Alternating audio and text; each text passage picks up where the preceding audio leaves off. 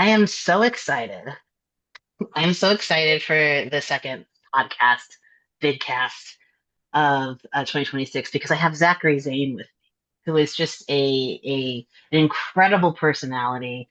This young man, you're not a young man, you're an age peer. I will This take it. age Young peer man of a man, sounds great. A young man, sure, we'll take it. this strapping, handsome young man. Thank you. He has come on my podcast to discuss his fabulous memoir, Boyslut, which, Zach, I think I've known about Boyslut for long before you and I met because we have a lot of overlapping like agents, editors, and stuff. Hmm. So I came upon your book years and years ago, thought it was a total riot, and then circled back because I was just on like part of your book club. And Hmm. so yeah, it's like it's about damn time I interviewed you about this book. This is just such a fun book. Thank you. Um, Yeah. thank you for being on. This is just like a fabulous time to. I feel like it's a fabulous time to talk about like intense vulnerability and sex. Let's do it. Yeah. Zach, you are Brooklyn based, though Hmm. you're LA based temporarily because of how cold it is. Yep. For those of you who don't know him, who are just meeting him right now, he is a sex columnist and author whose work centers on sexuality, culture, and the LGBTQ community. He is the author of Boy Slut, a memoir and manifesto. That's what we're going to talk about today. And yes, I love that cover. And co-author of Men's Health, Best full stop sex full stop ever full stop. I just say full stop in there. He currently serves as the editor in chief of the Boyslut Zine, which features nonfiction and fiction erotica from kinksters worldwide. His sex and relationship columns have appeared in Men's Health, Cosmopolitan, and Buy.org, among others. His essays have also featured in the New York Times, Rolling Stone, Washington Post, GQ, Playboy, and more. Zach, welcome to the podcast. Welcome to the Thank Cosmic you for Cheetah. having me. And do you know what? I should also add, I actually now have a book club with Elstora called Bye Babes. I forgot to send that to you. Where we like interview like the authors of the book, but I pick a book every month, and there's either a bisexual theme written by a bisexual author, something by about it. And so I highly recommend you join. We always speak the author at the end of the month. There's a lot of we had Raf on before, and it's gonna keep going. But anyway, I just wanted to share that. Yes, please join Zach's book club. It's so much fun. I had a really great time talking to your book club crowd, and I love that you're promoting all these great buy books. Thank you. Yeah. So, yeah, Zach, this interview is going to be in depth and probing, to use one of many terms All that, right. that are chuckle worthy, I think. But before we even get into the details of Boysland, I really want to talk about a pressing question that I imagine is on the mind of anyone who's read the memoir. Have you egotted? I Have have. you? You Uh, have. and to clarify this, EGOT, not actually in receiving the awards. It is in sleeping with people who have who have received these awards, and I have slept with now people with Oscars, Emmys, Tonys, and Grammys. So I that is my ego. So you are kind of like the share of having sexual partners. Exactly. Yeah. Perfect. So that really qualifies Zach to be on here and answer this next question in particular, which is about vulnerability and how lovely. And I think before I even ask this, Zach, I just want to say this is a really it's like a really lovely and winning memoir in the sense that like you open it and or maybe you see the cover before you even open it and you're like, oh, this is going to be like, okay, it's kind of like edgy Dan Savage. Not that Dan Savage hasn't been vulnerable before, but it's kind of like gonna get that sex advice, not gonna pull any punches, da da da. And you open with like, hey, I was this nerdy kid with braces and hella OCD. I was a musical theater kid, which we could see it in your face, Of course, you which is a can good thing. tell. I don't know. Yeah, there's a kind of a phenotype. I don't know. I don't know what the musical theater phenotype is specifically, but you do have it. Oh, as I'm And wearing just like literally a shirt from Little their Shop of little shop of Horrors horrors. of their official merch. So I think that, yep, that's me. That's the giveaway, right? But yeah, you talk about your family too. You talk about this just lovely, very charismatic mom of yours. It's a book that I think crucially, it kind of like foregrounds a lot of this, hate, like sex advice and like or Hmm. destigmatization work, which I know is very important to you, in a very vulnerable past. Yep. And you tell these stories about OCD and shame and fear in such a funny way too, right? It's like this is, I feel, the struggle that we're experiencing culturally, right? Where it's kind of like there's the shame camp, there's the liberation camp, there's like mixtures of both, right? And you're kind of trying to like step into the space and It, be like, listen, no it, shame. and the humor was purposeful. The humor Yeah, yeah, was say more, like please. that. I like to I just like reading funny books. I think things are funny. I hope I like to think I'm funny. I hope you're chuckling through this. But I also think, sometimes we talk about sex and it's capital SEX and it's very intense and it's very serious. And I think when you use humor as a way to kind of invite people into the conversation, if they're laughing, if they're having fun, they're able to otherwise, they just would not, it would just be too much for them, too overwhelming. They have too much shame to even discuss this. So I use humor as a way to invite people into the conversation, to engage in it, to also make sex fun and playful. Yes, it can be serious, but like if you're not enjoying it, if you're not having fun at the end of the day, why the fuck are you having it? You know what I mean? So it was Right. purposeful, and I actually got some flack for it because sometimes I would Mm, joke and they would therefore assume that I'm not taking something seriously. And that is right. their interpretation. Just because I used levity, I was talking about like I have a chapter on STIs Mhm. and how, as a queer man, I'm on PrEP. I'm now on Doxy Pep. I choose to not wear condoms quite often. I said I'm always honest about my when the last time I was tested was, if I've been exposed. Well, if I've been exposed, I'm not having sex, but just how many partners I've had. And I wrote about this in a funny way, and I think I had one review that's like Zach's anti-cavalier, anti-condom attitude. I'm like, that is Mm. not. I've like reread the chapter after that. I'm like, how did you get this takeaway? And also, it's like I'm actually not cavalier about it. I'm having conversations. I'm advocating for bodily autonomy and sexual autonomy. You having the information needed to make a choice for yourself about how much harm you want to engage in. But I think for most people, the humor was good. And I think moving forward, I'll maybe in certain very serious or controversial conversations, maybe tone it down so it doesn't seem like that. Or screw them. That's their misinterpretation and that's on them. But yeah, a long way of saying that humor was purposeful. I think that's so valuable, and I appreciate you saying that. I want to also zoom in on the vulnerability too, because there's Sure. so many points. This is a topic, right, Zach, that like, and you bring this up, like you are a man talking about sex, and the amount of machismo and weird posturing and like, oh, like kind of intense masculinity that can maybe bear down on other men's abilities to share, like, this is how I'm feeling, this is what's going on for me, these are my fears. I feel like you really disarm a lot of that with this vulnerability, with like, I was this kind of nerdy, sweet guy. And I want you to kind of maybe share more about Yeah, I think I also just kind of like believe in like lean in culture versus call out culture, or call in, sorry, not lean in, call in culture versus call that. out culture. And it's just like, Yeah. I know sometimes we're talking, especially we're talking about masculinity, and there's a frustration. And don't get me wrong, a lot of cis straight men have a lot of shit they need to work on. And I'm not trying to exonerate them whatsoever, but saying, fuck you, all men are trash, shitting on them, No, no, that's no, no. not going to help the That conversation. That's not going to change male behavior. And so I try to that write in a doesn't way where mean it's anything like, either. no, it's Yeah. also not true. No, It's not like not hashtag true at normal all. street male, but it's like, no, but if you're speaking in No. absolutes and dichotomies, like you're already, uh, no, there's nuance to everything. Right. Um, but sorry, what was it? I realized I don't think I answered your question, but Oh, it's when you're talking about like being these really vulnerable experiences about being like a teenage boy, mhm. right? And having this shame or having this fear when encountering, new sexual situations or porn or stuff. You're really kind of foregrounding that information. And I thought that was really Oh, helpful. thank you. Yeah, Yeah. I think just showing your own personal experience with it. One thing I realized being a writer that I think allowed me to be relatively successful very early on in my career, I realized I'm not special. Mm, Maybe I've had more sex than you, maybe I've done more kinky shit than you, but if I am struggling with something, if I had an experience odds are millions of other people had that experience.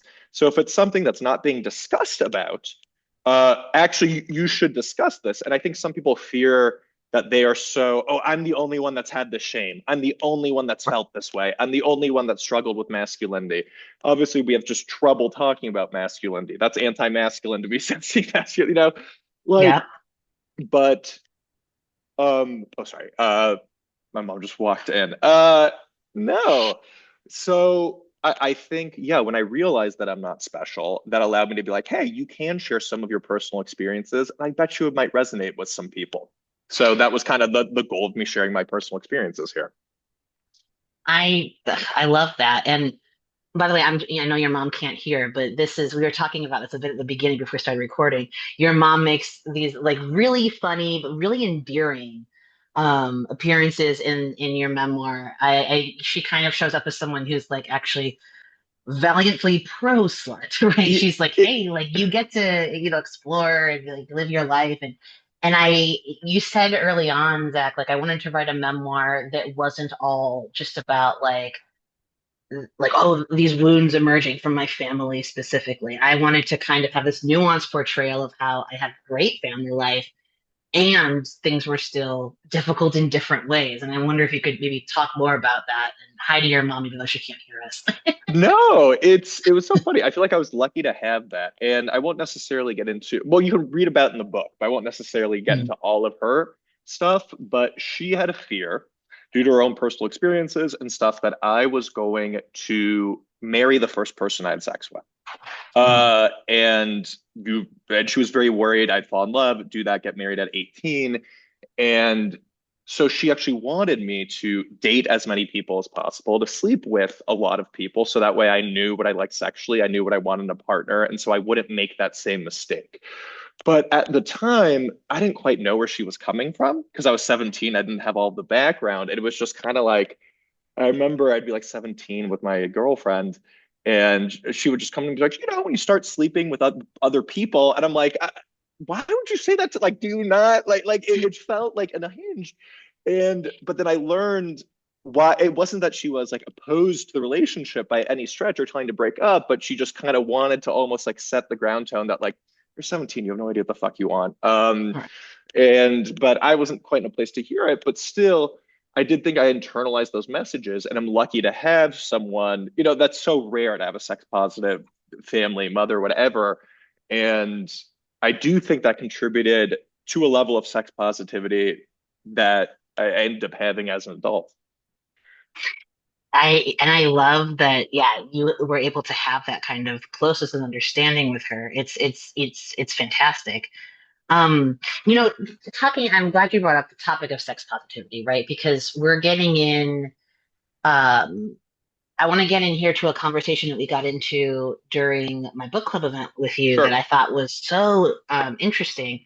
We were talking about pro-social versus antisocial sex, and in fact, sexualities. And I was talking about how Orson, the very bisexual main character, or well, I don't know, not one of the main characters in my novel is pretty antisocial, and his sexuality kind of is contingent upon manipulation, right? And there's manipulation and coercion. Your book, right? I think crucially it advances a very pro-social model of sexuality. Like you've already talked about, like communication and openness and a kind of an acknowledgement, a crucial acknowledgement of the like interiority and experience of the partner, right? Of like who we were Hmm. engaging in these acts with. But when we get into the topic of like desire, right? There's been all Hmm. these, this discourse, I think, like very what highbrow philosophical, very more like whatever social media people just firing stuff off about just like desire is something that cannot be changed, it cannot be altered. Um, I I'll just be candid here. I don't think that is always true. And I don't think, and I'm not trying to open us up to conversion therapy nonsense here. That's not what I'm talking about. But I think that desire can change over time. I think that desire is more social. than we allow ourselves to admit. It's more like shaped by the social. And when we're talking, right, about like destigmatizing stuff, and we're talking about like people like having sex like responsibly and compassionately, we don't want to be in situations where people are being like, well, my desire is unalterable and my desire is for this antisocial thing, for this manipulative. Yeah. So I feel like your book really explores these topics very helpfully, and I'm wondering if you could kind of comment. Yeah. Do you want to actually define what pro-social and antisocial sex is, just for the people that don't Yes. know? That Who might don't just know? be Yeah. helpful because who weren't on our previous conversation. Yeah.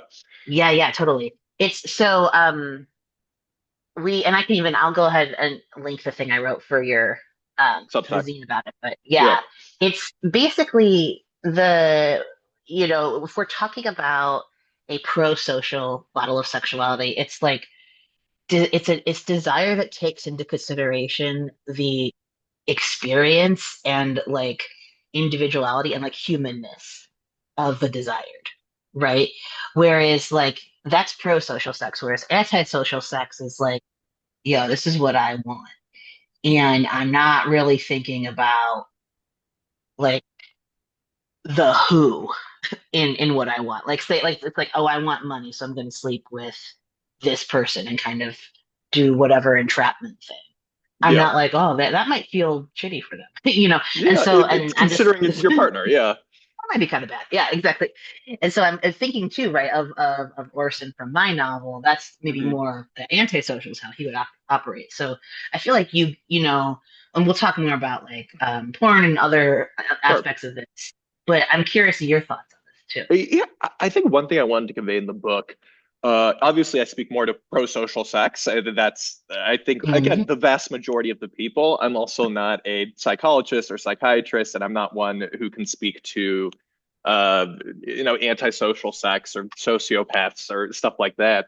But one thing I wanted to kind of convey in the pro-social aspect is the various things sex can mean to you, and all of which are valid. Hmm. I always like to say there's so many different types of sex that can fulfill you and your partner in various ways. And one isn't necessarily better than the other. You know what I mean? It's different, but just like, obviously we're kind of, you can have sex because you love this person. And this is an expression of your love. You want to feel good. You want to feel connected. I think that's obviously how I think most people think of sex. Then you could just have, hey, I want to experience pleasure. And so just like I want to come, I want to do this. It could be, for me, sex often, although I'm working on this, actually speaking of desire, this is something I'm working on in therapy, but sex for me, and it's actually, I finally, after years of working on this therapy, I'm making some progress, which we love to Hey. see. But sex for me for so long was about the novelty, the newness, the excitement. And once I actually got to know someone, and I struggled to have sex with them. So I struggled to have sex with the people that I actually love and the people I dated, which is not good because my partners would want to have sex and I want to have sex with other people. I want to have anonymous sex. And it was also, that was rooted, I think, in some fears and some traumas where I'd gotten hurt by people I really trusted. And it's almost like, for me, it was almost the opposite of demisexuality, but the same coin. Like the opposite side of the same coin, where demisexual is, hey, I only want to have sex with people I have an emotional connection to. And when they say emotional connection, it means that I feel safe with. That is what they Mhm. mean. I have an emotional connection. I feel safe with them. Versus I was like, hey, I feel safe if I don't know you because you can't hurt me. Your Mhm. opinion of me means nothing because I don't actually know you. If all of a sudden I care about you and I care about your opinion, then all of a sudden the stakes in sex are higher. But so for me, though, for many years, sex was, I did a lot of like sport fucking. You know what I mean? Where it's just like, you go and I go to a sex party and you fuck 8 people and you take 10 loads. And I still do that kind of less than I used to. I think I'm also just like getting a little bit older and I'm not in my 20s and don't necessarily have the same drive I used to have. Don't get me wrong, I'm still a horny boy slut, but it's priorities kind of change. Yeah. Um, but so yeah, and you can also have sex as Lord knows we've all fucked, or not all of us, can't speak on everyone's behalf, but I think many of us have fucked someone who's super hot, who's annoying, just because you want the validation of this hot person. Their personality sucks, but you're like, well, fuck me, they're hot, and you get a validation from that. So, in this idea that we can fuck for validation, I think that's okay too. I think it's naive and ignorant to be like, oh, we're never going to see, like, we should only get validation for it. It's like, no, it's not true. Again, this is where the antisocial, pro-social comes in. Be mindful. Be mindful. It's like, okay, I'm doing this to get validation. You still have to give a fuck about your partner. And even, in your dom sub relationship, you still give a fuck about your partner. That doesn't mean like anything goes and this is only for my pleasure. It's a mutual exchange of pleasure. Just one person gets off on being dominant, the other person gets off on being submissive. So I kind of explore the various types of sex that you can have that can be pro-social when it starts to teeter on antisocial and how to be just mindful of that. Because again, I think we all have the capacity to be a little bit antisocial, to be a little bit myopic, I'll say, and kind of self-centered and egotistical. And by egotistical, I just mean not even like arrogant, but just a knowledge our ego. Obviously, the only thing we know for fact is our own experience, and we're always all in our head. So we're going to be our first priority. But I really wanted people, a choose your own adventure, do what you want and the type of thing that works for you, but just to start thinking about this, thinking about what sex means to them, thinking about how they're having it, thinking about how they're treating their partner, how they're treating their self, and then going from there, okay, so what's the type of sex I want to have in the future? I love that because to me, this is where we can really sort out the differences between what sex positivity intends to do, which is like, hey, people should not live in shame of having sexual desire, right? Yeah, This should not be the case, right? yeah, And what sometimes can like directions like it can, veer off into, which is like there's this unexamined and almost nihilistic place that I think folks can get to it, where it's like, I'm doing this for validation, but I'm not reflecting on it and I can't stop doing it. Then, yeah. I think let's get into the kind of the dopamine of it all soon, but like It, the fact that you're saying, I want people to reflect, I feel is really important and figure out what works for them. And I actually here. Yeah. think so. We're seeing a big backlash to the most recent sex positivity movement. Obviously, I feel like there's a sex positivity movement every 20 years. Hmm. From we free love movement in the 60s, 70s, more the feminism stuff in the 90s, 2000s. I grew up during a wave of sex positivity in the 2000s, 2010s, but we're now seeing a huge backlash to. And I actually think the reason why we're seeing a backlash is and I think incidentally, in hindsight, potentially contributed to this the way everyone else did. And now I'm being much more mindful of it. But we oversold and underdelivered. So we were like, hey, let's tell women, feminist movement, 2000s, hey, it's empowering to have casual sex. You can have casual sex, you'll love it, it's great. These women have sex with a guy that comes in them in 3 seconds, doesn't give a fuck about their pleasure, leaves, doesn't text them. And they're like, Yeah. this did not feel empowering. Right. Sorry, like I'm having casual sex. This does not feel empowering. I just wrote a piece today that I published on my Substack on Pilion.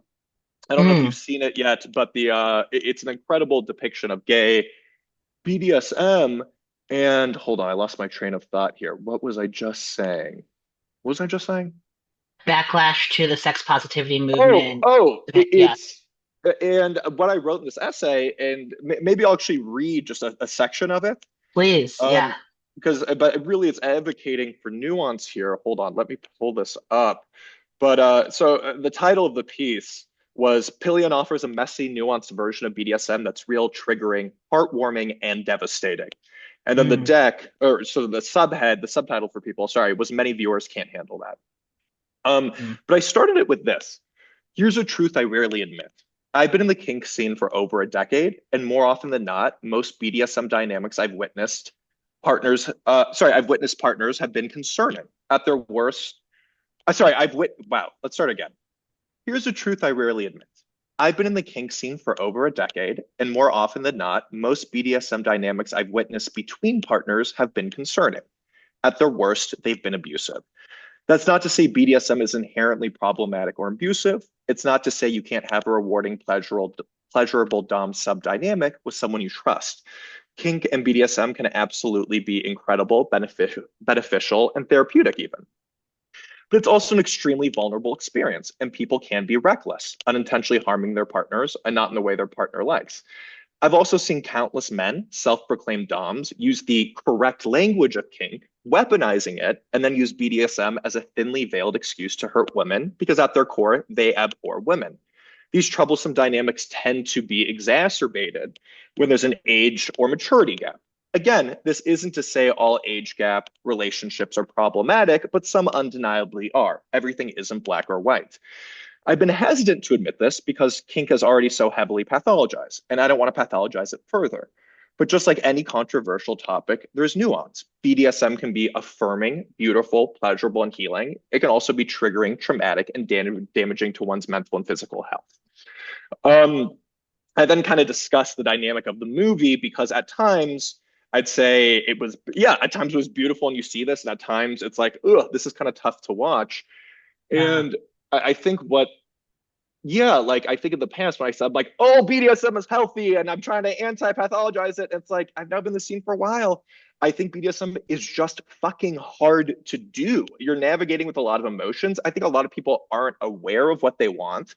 So therefore, even if they felt empowered to voice what their boundaries are, their desires are, if they don't know, you're going to be in trouble and someone might cross over a line.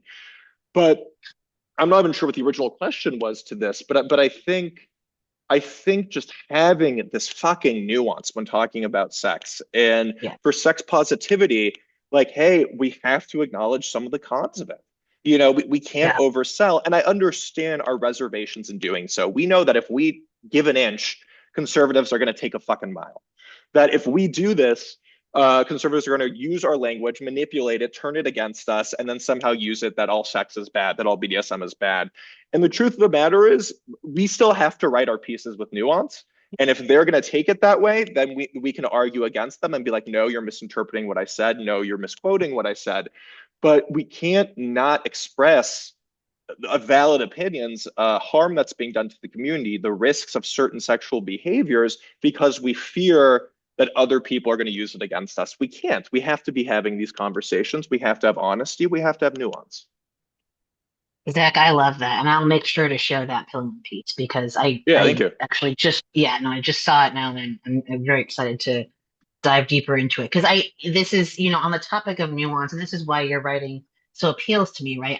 I say this to people a lot and sometimes people are kind of like, I'm a little bit confused, but like I well, writers like books that I really enjoy, I don't have to like completely agree and vibe I with and don't have want to lived fucking the agree. exact.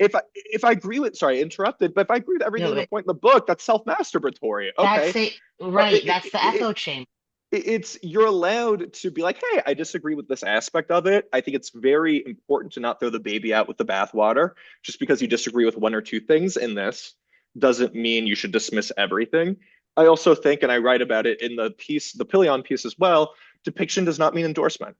Right. And I'm shocked by how many viewers and readers don't fucking understand that. And it's infuriating as an artist and a creator, where it's the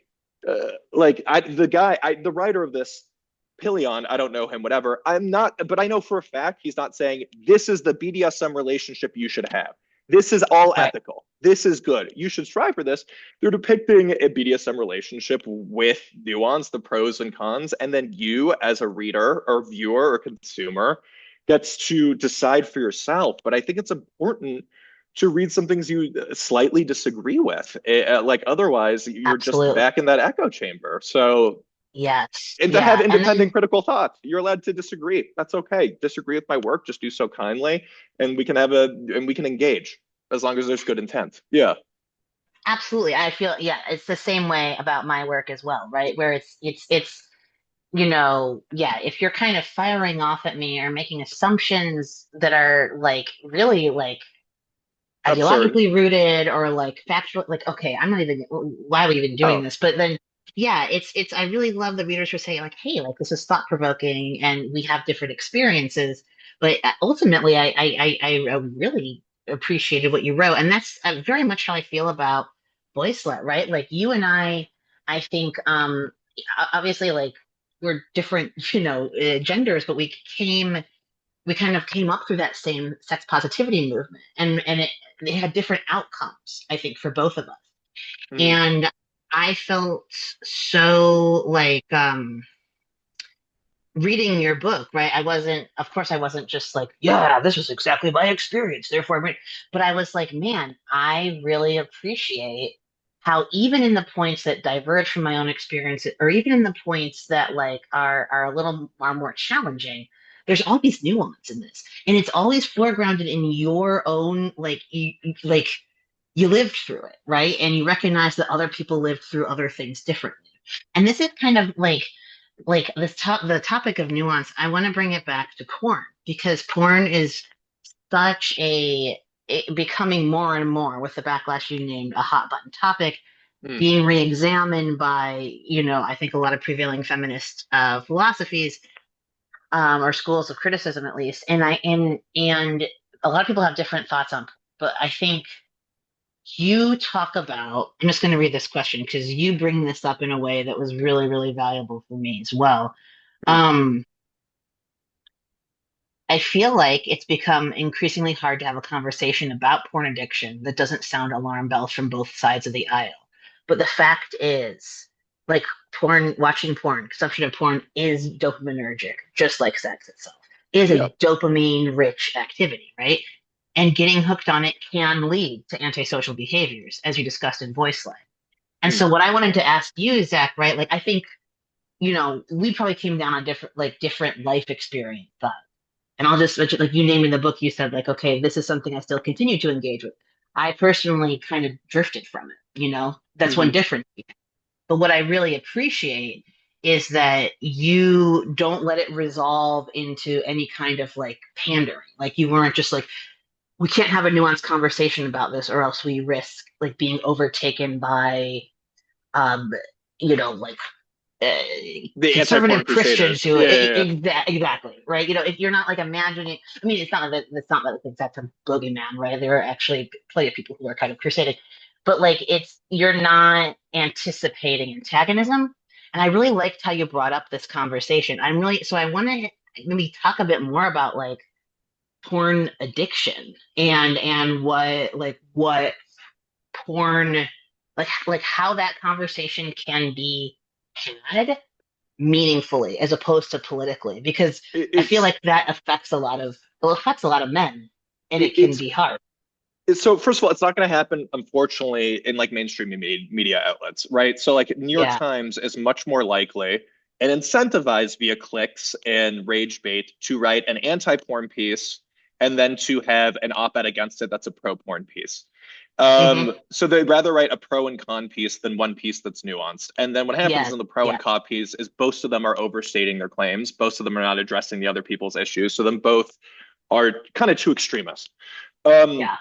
but yeah, obviously that's going to get more clicks than the nuance piece. That's just the truth Mhm. of it. But in places like books where you're allowed to kind of have more, I have a whole chapter on it. I'm not writing for an op-ed at New York Times. If you write when I submit it, they're like 800 words. I come in at 820. They're like 800 words, and I'm like, Jesus Mhm. fuck. Okay, but like, so yeah, but having nuance, I think it's yeah, this goes back to like, hey, I'm admitting some things how porn like also there's such a actually, let me start with this.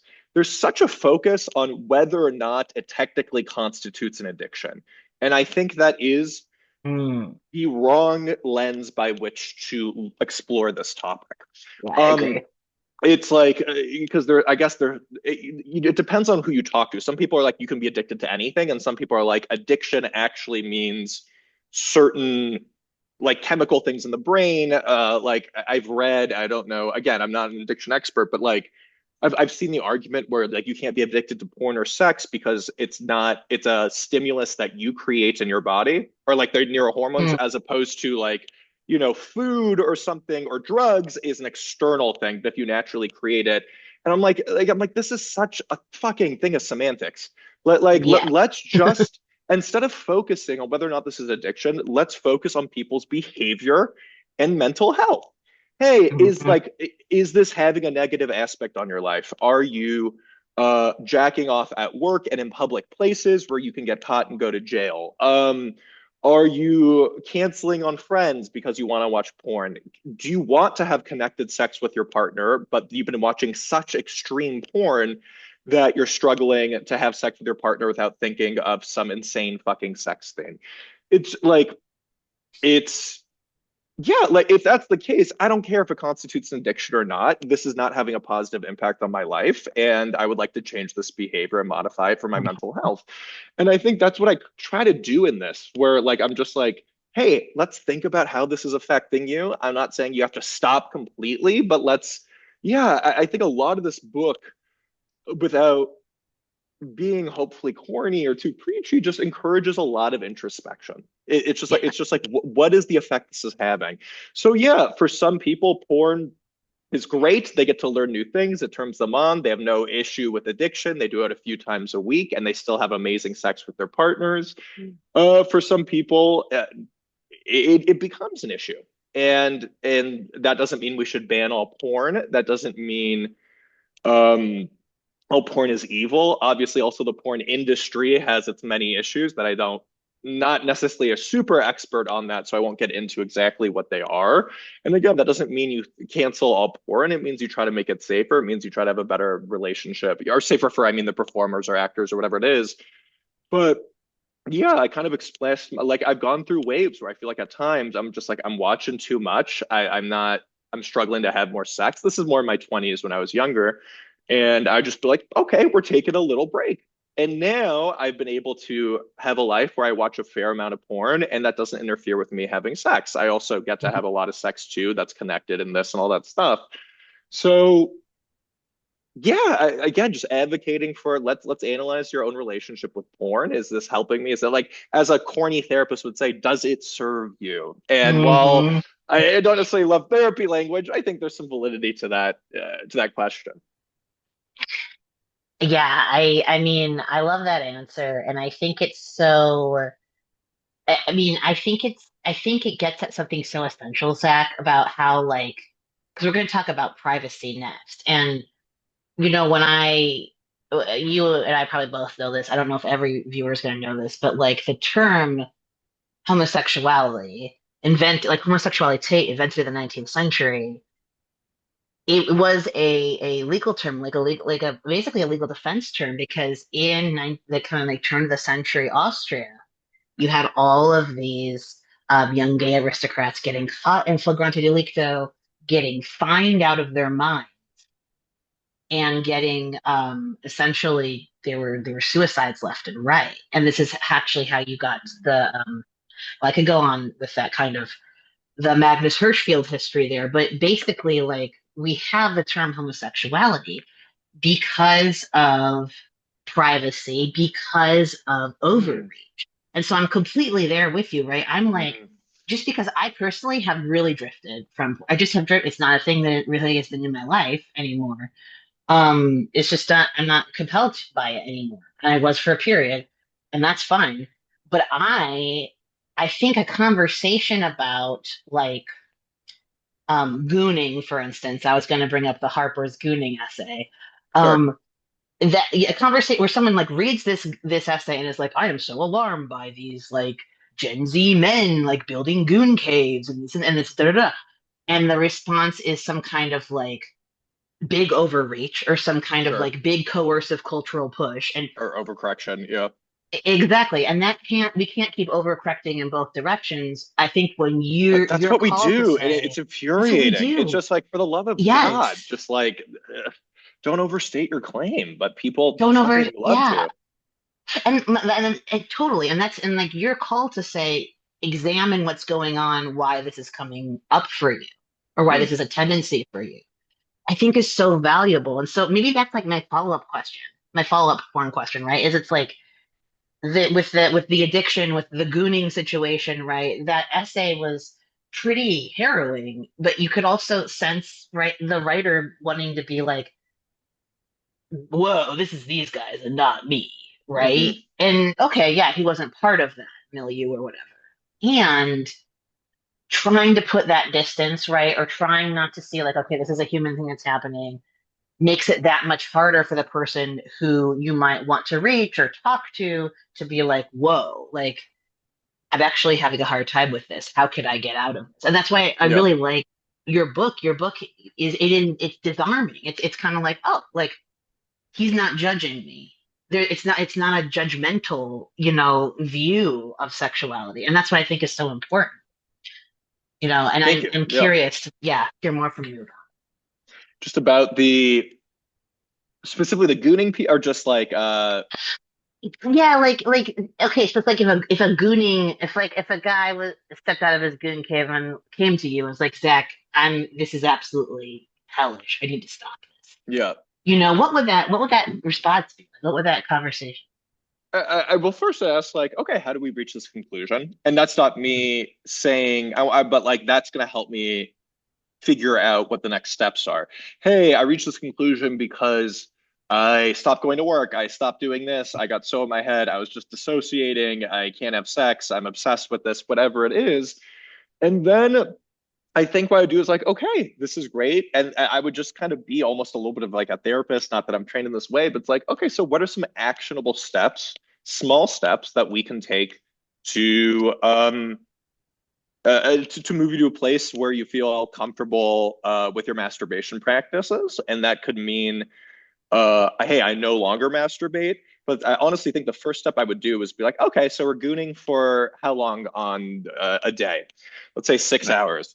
Hey, this next week, let's do 2 hours a day. Or I would Yeah. ask them what feels reasonable to you. What feels like, because obviously, if I've been like went from 6 hours to zero, I think that's going to be tough. And I prefer the method of what do you think is a realistic approach that you can do that's not going to be overwhelming, but a little bit challenging? And let's see if we can reach this goal and then slowly kind of reduce them down till they reach a point where, hey, I'm actually okay jacking off for an hour a day. That doesn't interfere with the rest of my behaviors. And 1 hour and 6 hours is different. Or it's I only do a quick jerk off every 2 days, whatever it is. But then, yeah, because the final destination of where you or where that person wants to be is their choice. You know what I Hmm. mean? I'm not the one. I should not be Yeah. projecting my own bullshit. Do I think gooning, like when I first heard of gooning, I had to stop myself from almost doing an eye roll. I was like, Hmm. which is a little bit of judgment, which I usually do not do. But I'm like, oh my God, like this is just, I think I was almost just annoyed by the discourse of it more than the actual act itself. But so seeing, yeah, for some people, jerking off for 3 hours a day doesn't have a negative impact on their life. For me, undeniably, it would. So it's figuring out at what point, yeah, where do you want to be with this, and then practical steps to help you obtain your goal. Because yeah, it is such right. I mean, of course, you're not a therapist, right? But you are an advice columnist, and you are Yeah, someone who is through your writing encouraging people to introspect. And I feel like giving the more folks can just have like I call it in my writing classes, I call it almost like buying yourself time or breathing space. Like if you are having so much issue with this draft of your book, right? Or such an issue with, just go for writer's a block in walk. general. Yeah, it's go for a walk. It's take so like if someone were to do it have the same issue with sex or sexuality, this is the equivalent of going for a walk. This is Exactly. giving yourself the mental space to reflect, and I think that's so valuable. Like, Absolutely. Totally agree. yeah. And this is actually kind of getting back into the topic of privacy, right? And theater too. Um, I really like that, like your book kind of it holds a lot of truths at once. Most of us in the world associate sex with privacy, not display, not spectacle or even confessional. Um, but you're of course more forthcoming and Maybe. pun intended, yeah, about your I sex am. life than most, which does like obviously you're not someone who is like, hey, I'm in the adult film industry where I'm having sex on camera, but like you are someone who is, more conversant with that world in the confessional sense For sure. than the average person, right? Yeah. And I'm really interested in kind of hearing from you, Zach, on what it's like to go public and very public, with information that most people tend to keep private. And I think, yeah. yeah. Oh, go ahead. Sorry. Go Oh ahead. no, I think there are two elements to it. It's um the first element is Weirdly enough, because of where I am with the sex positivity in myself, I don't like actually, there's an irony where people assume I'm being extremely forthcoming and vulnerable, and I am in one sense, but I'm able to be vulnerable about sex. That is something I can do. There are other things I struggle with vulnerability that I don't necessarily want to share, right? But Right. people assume because A, I'm talking about sex openly, therefore I'm open in every single aspect of my life. And that's not true. I just feel open sexually to be able to discuss this. Um, I think the second half is I grew up in the a what I call, or sorry, not grew up. I started writing in the xoJane era of what I call the commodification of first person identity, where Yeah. what they wanted, the only way to get published was for you to write an insane first person personal piece that overshared every aspect of your life, and they would give you $50 for it, and the internet would destroy you. And it fucked with my brain. I have a lot of Yep. writer friends my age who are just like, this is fucked up. This is fucked up, but that was how we got Yeah. published. I had a voice that was unique. So I started my career as an oversharer. I was rewarded for such. I'm now moving away from it. In my Mm. 30s, I think if I started my career in my 30s, I maybe would have been a little bit more cautious. Hmm. But I also feel like I've somewhat shared that story. I don't need to reshare it, rehash it 10 million times. But yeah, I think as I get a little bit older, I want a little bit more privacy. I want to not necessarily wear my heart on my sleeve in a public way. I always try to focus on me when writing these stories. And what I mean by this is I don't want to tell someone else's story. I don't want to be disparaging of someone else. And that also comes with what I'm able to talk about or not. I would like to Hmm. talk more about my dad, and he was struggled. I actually did have a rougher relationship with him growing up, but I need him to die before I'm able to write this because he'd be sad if I read it. So, waiting for that. Not to sound too morbid here. Um, so yeah, I think there are two elements. One, I grew up in that era. It's not, yeah, as vulnerable to me. Two, yeah, I'm moving away from it. It's why I'm moving into fiction. And I still Ooh. want to be exploring these same things of overcoming sexual shame and biphobia and kink positivity and exploring different relationship orientations and non-monogamy and poly and whatever the fuck. But I'm doing it through fiction, which Mm. actually, what I love is it allows you to explore things in a different way. Because I was also bound by reality and what happened. Now, obviously, every memoir, it depends on who you ask, but like no memoir is 100% accurate as to what happened. Also, when I tried to fact check myself about stuff growing up, so I called my mom and dad and brothers, all of them had a completely different memory of the event, obviously. So I'm Mm. like, okay, I'm just going to go with my memory. And also, it doesn't matter if that's exactly what happened, but it matters is how it affected me. But I'm really excited to yeah with fiction it's just like uh I can fix this by changing something because I am not yeah I'm not bound by Yeah. reality, so that's been really exciting. I just finished a draft of a novel actually, which I'm very excited for on my third round of edits, and it's gonna take a few more rounds. I'll tell you that much. But hey, I started it October, not last October, so what is that, a year and a half ago. um Yeah. um, and I hope that it just kind of depends how long my writing mentor takes and my agent takes. Like if I give it to my writing mentor and he gets back to me in a week and doesn't give me that many edits and I can do a turnaround, I'll hopefully have this sold, fingers crossed, in the next few months.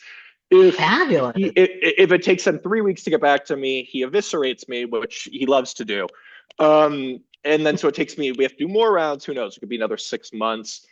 But like, and again, that means to me selling it, which means it wouldn't come out till probably who the fuck knows? Probably it's a winter book. It's speculative fiction. It's horror. Mm. Combines the two. Um, and so it's crazy to think that even though I haven't like written in the beginning of 2025, I think the odds of it coming out before, or sorry, we're 2026. The odds of it coming out before like winter 2027 is unlikely. So you have a little bit of time, but you know how long this stuff takes. But Yeah. that it's just been really exciting. And I Yeah. think after 10 years of writing about yourself, you're just like, fuck, I want to write about anyone else, anyone fucking else. And so Yeah. it's just I was feeling a little burnt out, and this kind of reinvigorated a love of writing. Don't worry, I still get frustrated and at times think I'm the worst writer in the world. And then the next day, I'm like, I'm a brilliant, I'm getting a Pulitzer, I'm the voice of a generation. So, you vacillate by day, but it's just been, for the most part, it's been really nice. That is fabulous, Zach. And also, I love all these like hidden Hannah Horvath references, by the way, because I too grew up Oh, in the yeah, xoJane era. I too grew up in the like, oh God, this is when I could get published confessional era. And yeah, the that oscillation you described at the very end is so real. I just realized we didn't get to hear from Boyslut, which I would love to hear an excerpt, but I would also sure. love to hear an excerpt of fiction if you're down to read something from that. Either No, one is fine. Oh no, that's I not can ready yet. do That's not ready yet. no, no, it's not ready, and I'm Oh, also trying fair. to not tell people what it's about just yet That's until fine. it's sold. I can share. So I've been writing fiction for my Substack. So I used to write like Oh, nonfiction erotica, I called it, which isn't exactly a genre, but real yeah. sex stories. And then again, actually moved into writing fiction for my erotica for the Substack because I was in a place where I wasn't having a lot of sex, and all of a sudden I Mm. felt like I had to have sex in order to write about it. And I'm like, no, no, no. I have sex because I'm a slut and I enjoy it. If there happens to be a story afterwards, I will write about it. But I never went in with the attempt to write about it. I went into it because I wanted to have fun.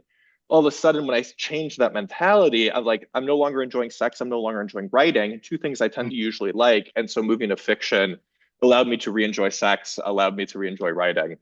Um, so there are some definitely on my Substack. They're really hot Yeah. erotica pieces that are fun. But so let me go ahead and share from Boyslut then. Do that. I would, yes. Let's hear from Boyflet. Let's hear, and then we will. There's so many great fiction surprises we have Oh, to await absolutely, from yeah, you. Yeah, please. Let's hear from Boyflet. yeah. So I'm just going to start at the first chapter, chapter one. It's called Gorgeous. "Am I Sex?" The title of it is "Am I a Sex Obsessed Pervert?" Um, One of my first memories is imagining my childhood therapist naked. Mark was handsome, the pinnacle of daddy, late 30s, solid buff, solid build, scruffy. He wore floral printed shirts that were just a small step above Hawaiian. He had a warm, friendly demeanor, more so than most therapists, perhaps because he worked with children.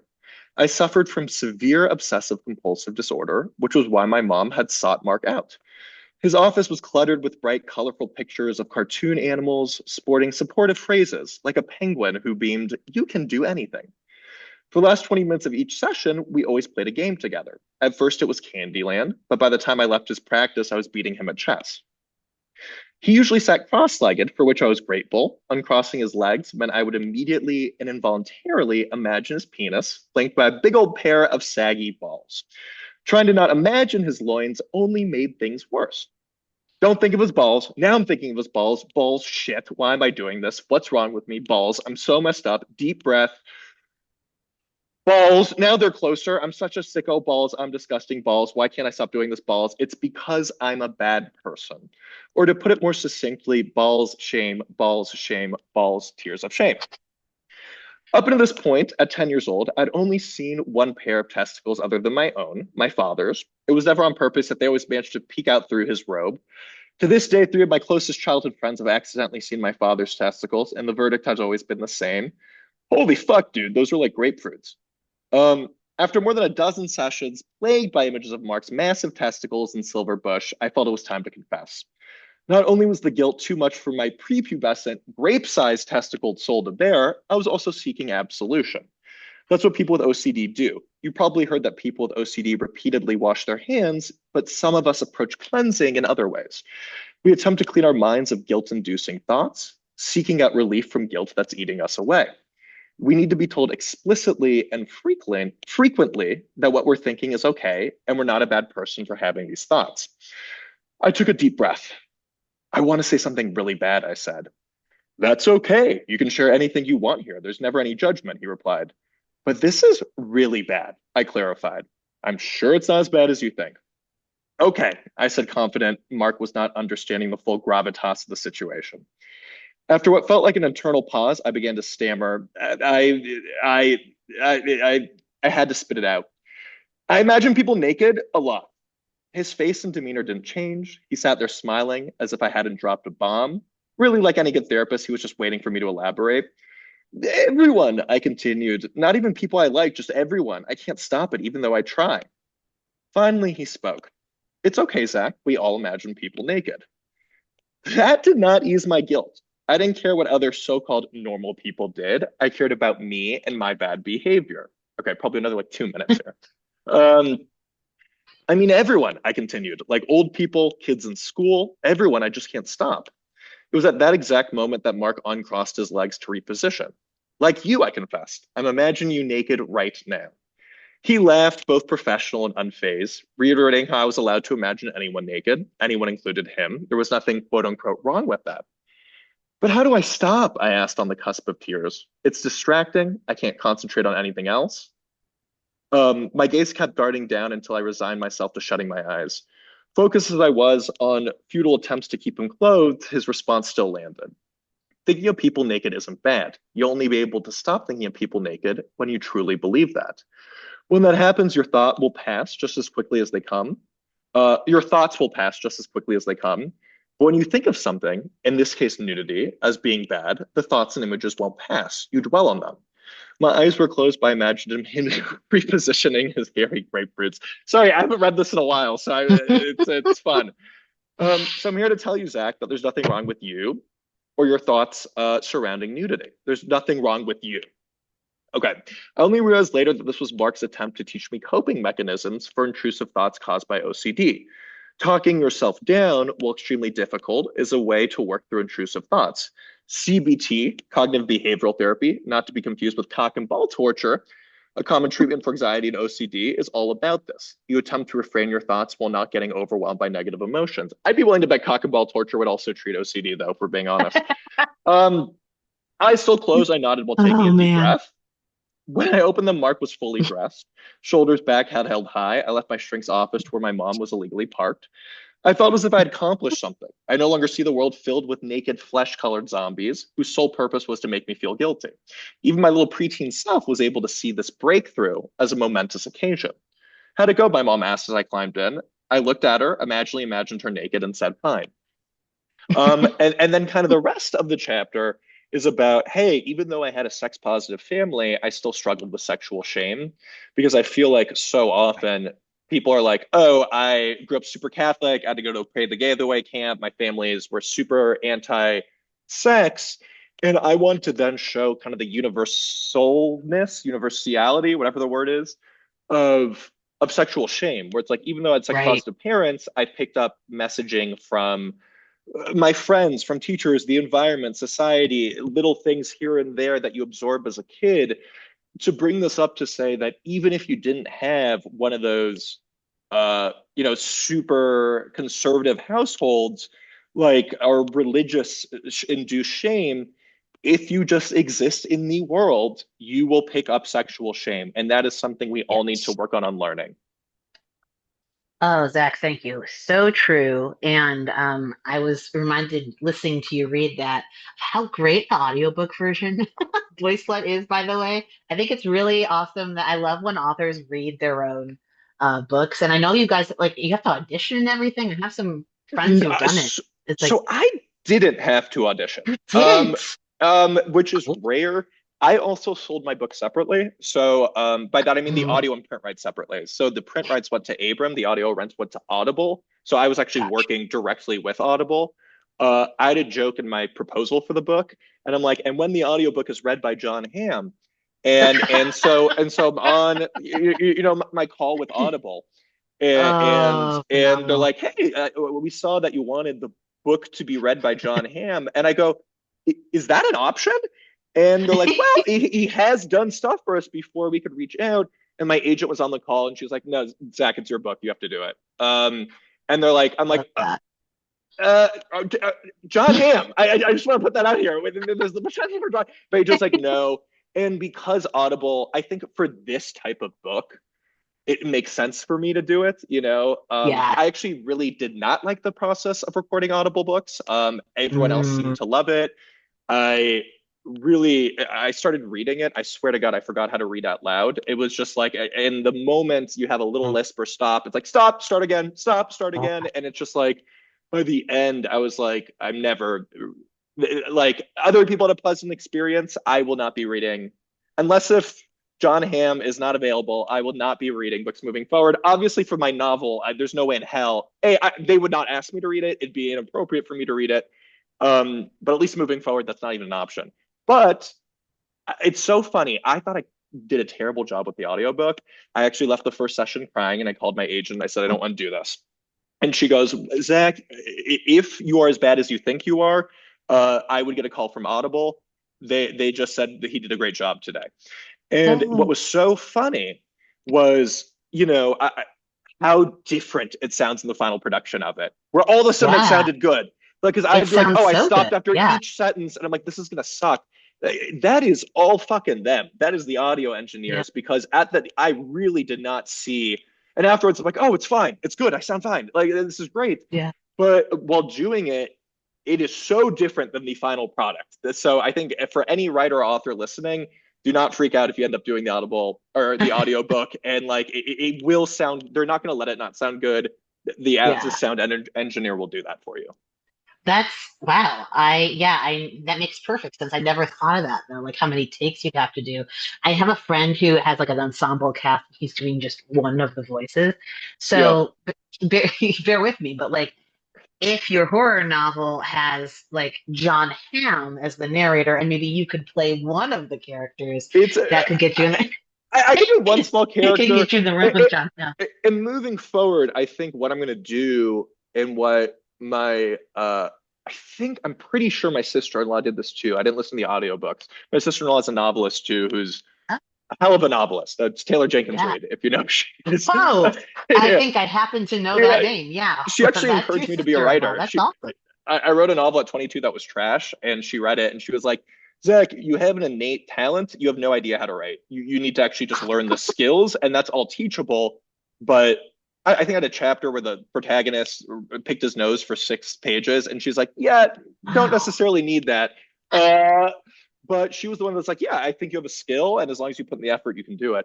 But what she does now is from what I gathered, I think just reads the forward of the book, and then someone else will do Okay. it.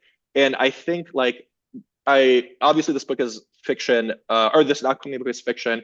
I actually do plan to write a personal collection essay, which is funny when I said I'm moving away from Yeah. that. But I plan what I do right now is as an essay comes up, I just write it. And then so Yeah. hopefully by the time I'm 40, I will have 20 essays. I will pick the ones thematically that work, write an intro, write a conclusion, and it's a free book in a sense. You know what I mean? Yeah. So I'm not Yeah. like, I'm just doing it. I've maybe written 40,000 words so far, of which I have no idea how much I'll use. But by the time I'm 40, so something like that, I know they'll want me to read, and I'll be like, happy to read the forward. Yeah. Thank you. Well, thank you, Taylor Jenkins Reid. Yeah. Yeah, it's like, that's an option. Yeah. Oh man, that's awesome. Thank you, and thank you, Zach Zane, for this Yeah. fabulous interview. Thank you for coming on the podcast. This is so much fun.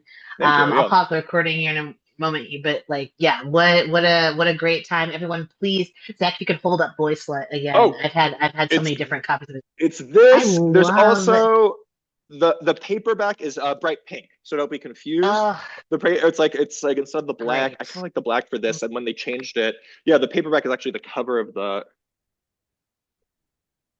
the cover okay? paperback It's is the cover of the book. I Um, love that. I've only ever and had the like the white, the hard cover that was the white jacket. So oh you, yeah, yeah, I know what you yeah, mean. Yeah, yeah, there's something sleek about the black, and also they kind of yes, added the little I think they call it tinfoil, right?